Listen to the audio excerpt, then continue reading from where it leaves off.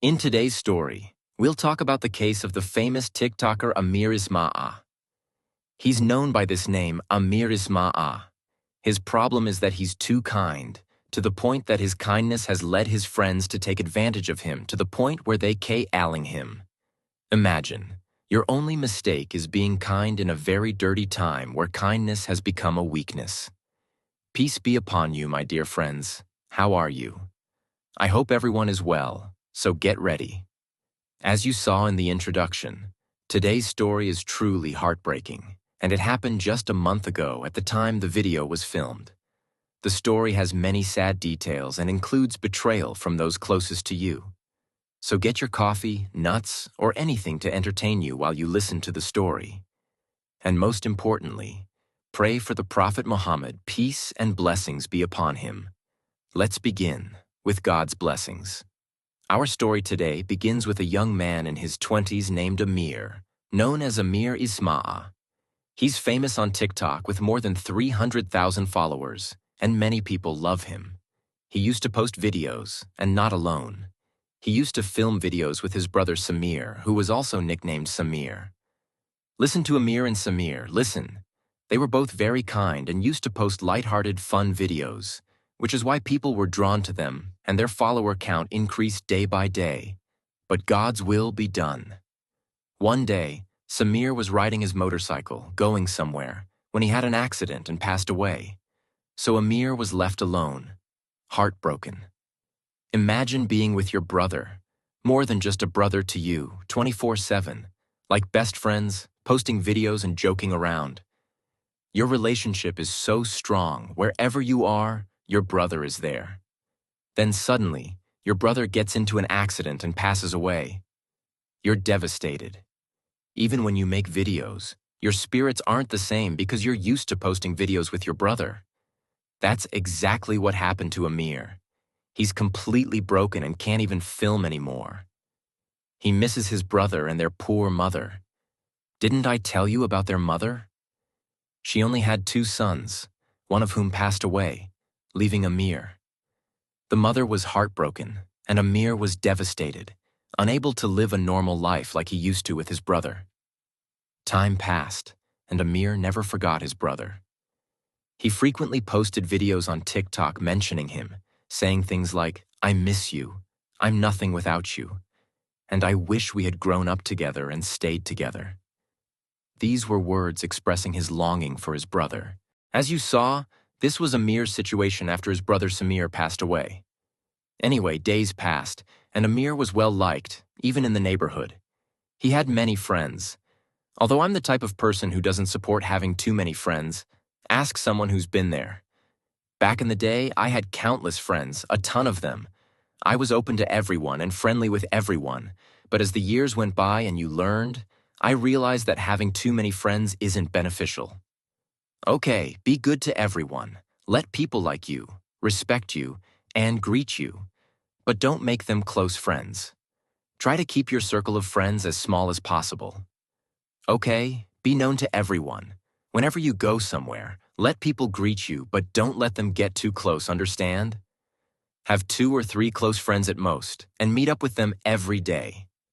Don't get more than that. Take my word for it. Anyway, he had many friends. He hung out with everyone, and everyone liked him. Among his closest friends was someone named Marwan.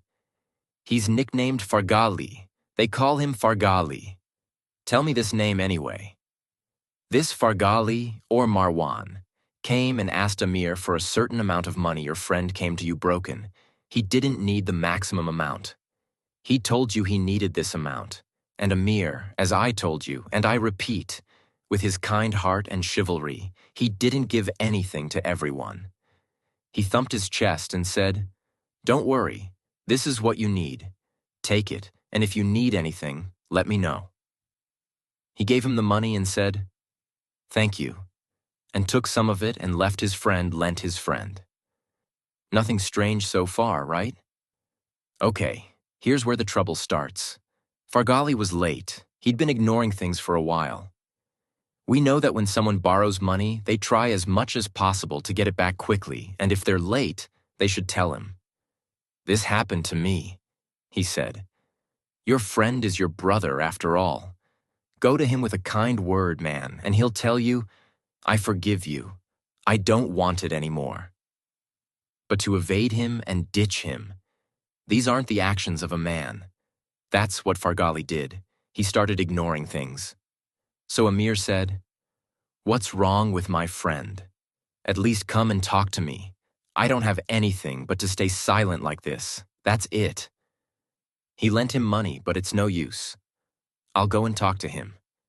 And indeed, he went to him and said to him, "Look, I didn't want to come and talk to you, but I also need money now. So if you can get me the amount that I lent you, my brother, believe me, I wasn't going to ask you, but the circumstances now require money, so can you get me the amount?" Farghali said to him, "Don't worry, my friend, I'm sorry I was late in getting it for you. I will get it, God willing. I will work hard these next 2 days and bring it to you." He told him, "Okay, and with love, there's no problem so far." Amir took his things and left, waiting for his friend to arrange the money, just like he said, and bring it to him. You know how it is. He ignored him. He ignored him again. Days passed, a week, 2 weeks, and still no news.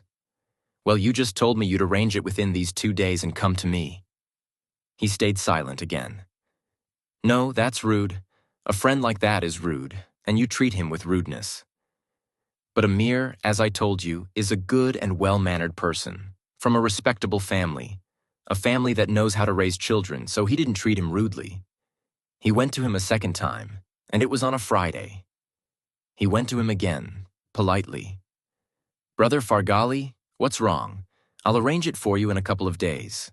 Brother, I need it. Try to get me some money." Imagine how Farghali responded to him. He said, "What money? I don't have any money for you." Literally, like I said, he denied giving him money. "Go away." That's rude. You see someone who did you a favor, who supported you when you were down on your luck? He's desperate for money, like a dog, and you're all so kind as to sit there.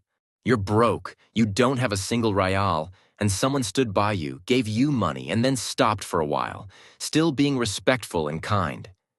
Then suddenly you say, "You didn't give me any money, you're being rude." Anyway, from one word to another, this guy is just being thuggish. "Yeah, you didn't give me any money, I'm telling you. Put the bread and salt in here in your pocket," he says, covering it with a cigarette pack. And that's it, he's got it all wrapped up. He's got the bread and salt in his pocket, and he's just being rude. They're arguing back and forth, and the argument is getting heated. Farghali gets angry and grabs a thug's cleaver and hits Amir with a good beating. Imagine, Farghali hits Amir with a cleaver. You know that cleaver has been used on so much meat. What kind of rudeness is this? We used to know that when someone borrowed money, they were ashamed. I swear to God, you'd be ashamed in front of the lender when he came to talk to you. You'd put your head on the ground, you couldn't face the man who lent you money, and you didn't have anything to give him back. You feel like you're carrying a fire inside you. Brother, debt is a burden, but this is not the way to go. A machete was pulled out, and the guy was injured. Thank God people rushed to his aid, otherwise he would have continued attacking Farghali. People rushed to his aid, as you can see in this picture. His head and leg are bandaged, and his condition is very serious, but thank God, God protected him. Okay, after he recovered and left the hospital, what should he do now? I'm not telling you to take revenge by force. No, we live in a country with laws. He should go and report him. Actually, when this problem first happened, and he pulled out a machete and attacked him, and reported him, they would have dragged Farghali away like a dog. But his friends got involved, saying, "Amir, don't report him," and so on. He's our brother, and we'll resolve this amicably. And Amir, as I told you, is kind-hearted and a good man. He said, "Okay, I won't involve the government. We have a bond of friendship, and I respect that bond. I won't report him." And indeed, he didn't report him. He dropped the matter and went home after leaving the hospital. And imagine, Farghali didn't even come and tell him. Sorry friends, but their friends just barged in like that. She said, "Okay, Farghali should at least come and apologize. The guy didn't report you. He kept quiet and appreciated the bond. Go visit him at home, a proper visit. Apologize to him in front of everyone. He's a real man. You gain men like that. Don't lose a man like that. But Farghali ignored her. Okay, Amir stayed home, burning with anger. He didn't want to report his friend and ruin him, but at the same time, he couldn't go out because he'd been beaten and humiliated in the street in front of everyone. He was too ashamed to go out. Imagine his shyness and kindness. He didn't report him, but he stayed home, locking himself in. He was so heartbroken.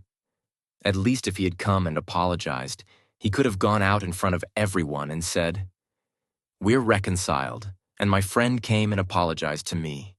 At least to his face you could see him. But he ignored you and didn't apologize. So he was burning inside and didn't want to ruin his friend, even though I'm sure if he had reported him, he'd get punished, disciplined, and imprisoned. He was going to force the money out of him. His family, who were his family at the time, brought the money, compensated him, and kissed his head. Their son would still be in prison, but he said no. Anyway, he stayed home for a while. His friends would come over and ask him what was wrong. He'd say no, he wasn't feeling well. He stayed home for a long time. Imagine how he lived during that time, and the jerk never came to his house. Anyway, after a while, his friends suddenly came to his house and swore to him, "You're not going out with us today. You've gone too far. Let's go sit in a cafe in Fifth Settlement and celebrate your return. You haven't been going out for a while, and we need a change of scenery." He told them he didn't want to go out. They said, "You will go out so you can move from your house until you leave, okay?" Like I told you, he loves his friends. He smiled and said, "Okay." He got dressed and went with his friends to the cafe in Fifth Settlement. They had a great time, a lovely evening, and they cheered him up. He changed, and they say that one time, while sitting with his friends, he told them, "I feel like my brother Samir, may God have mercy on him, is calling me, and it looks like I'll be meeting him soon." Can you imagine what he said to his friends? They said it like that, and God knows best. Okay, they sat around, enjoying themselves, and stayed up late.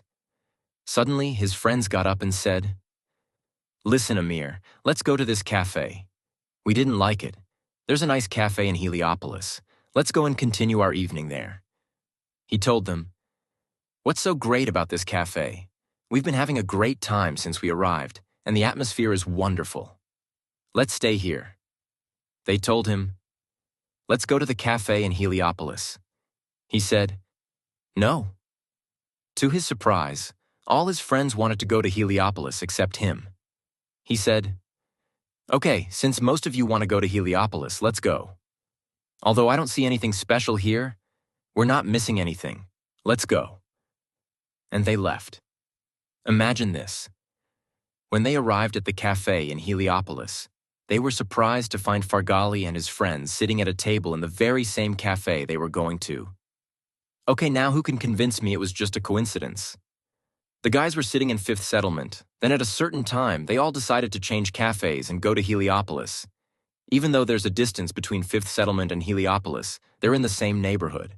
So they got in a car and went, only to be surprised to find Farghali and his friends sitting there.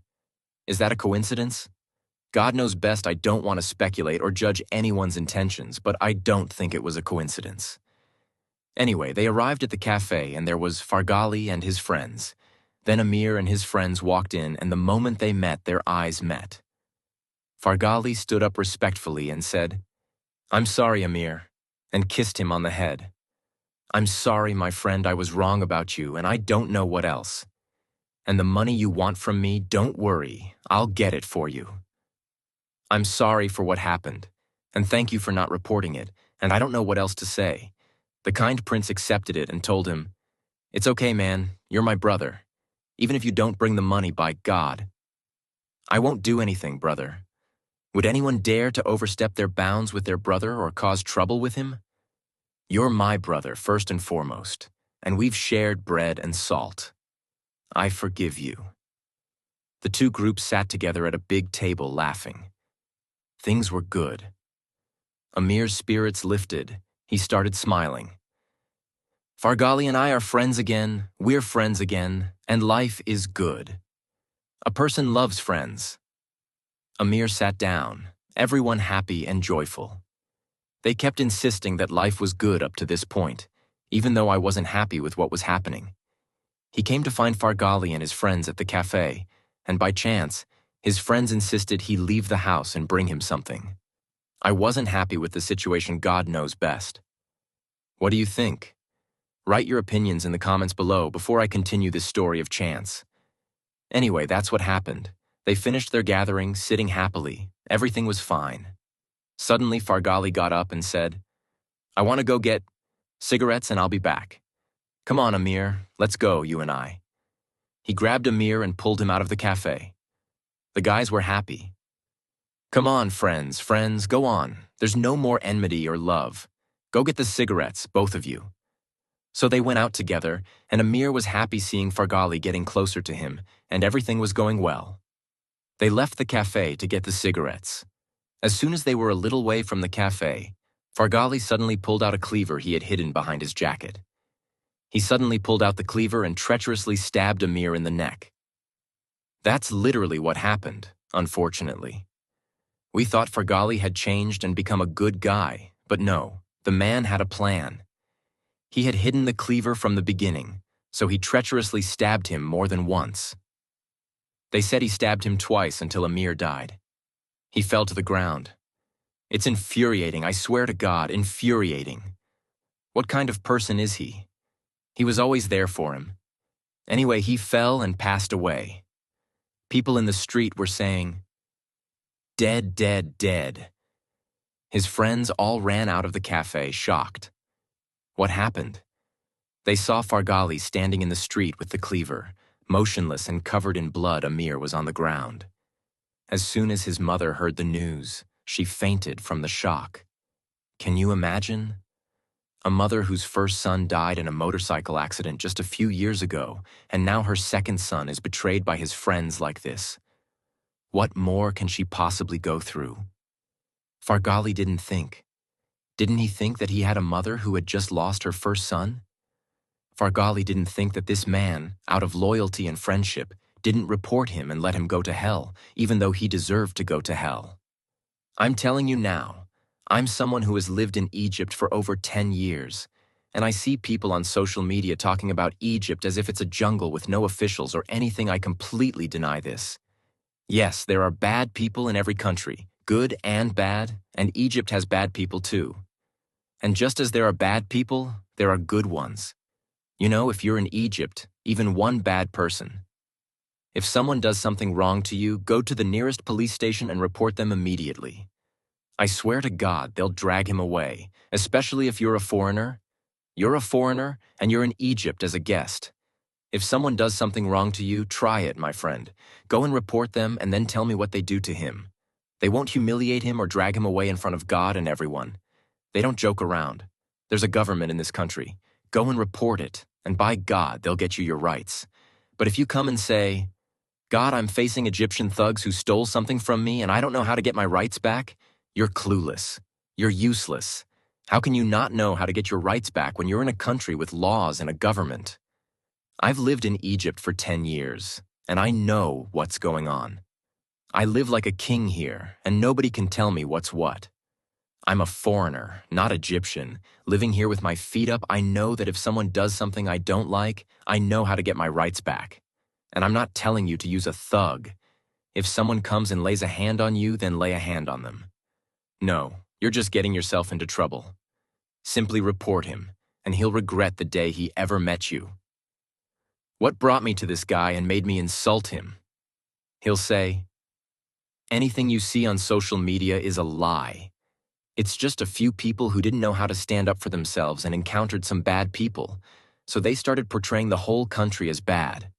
There are good people, and even before you go to the government, there are people who, if they see someone insulting someone else, will stand up for you and get you your rights before you even get involved with the authorities." Anyway, we've gone off topic, but I just wanted to clarify a few points for people who have never been to Egypt but are planning to go for tourism or something, and have seen some things on social media and changed their minds. I'm not telling you to go and live like a king, but you need to have good communication skills and know how to stand up for yourself. You'll meet people all over the world. You'll meet the worst of them, but it all comes down to how you act in those moments. How you behave is the key. You can't live, God will take you away. On the contrary, the best people, the first thing they say when they ask you where you're from is, "From such and such a country." That's the most common phrase I've ever heard in my life. Anyway, this is what happened. Poor Amira's heart is breaking for her son. I want to show you a clip right now. She fainted every few minutes. Imagine her crying and crying, fainting, then waking up, regaining her strength, getting upset, and then fainting again. She doesn't know how to continue her life. To God we belong, and to Him we shall return. Praise be to God, Lord of the worlds. It's heartbreaking. May God not break the heart of any Muslim mother. It's truly heartbreaking. And you know that in every story we share, we look for a lesson. We look for the benefit so we can learn. We share stories to learn. So we learn from today's story that you shouldn't be too kind, I'm telling you. We live in a dirty time. Don't trust anyone and don't be too kind. Be just. Don't wrong anyone.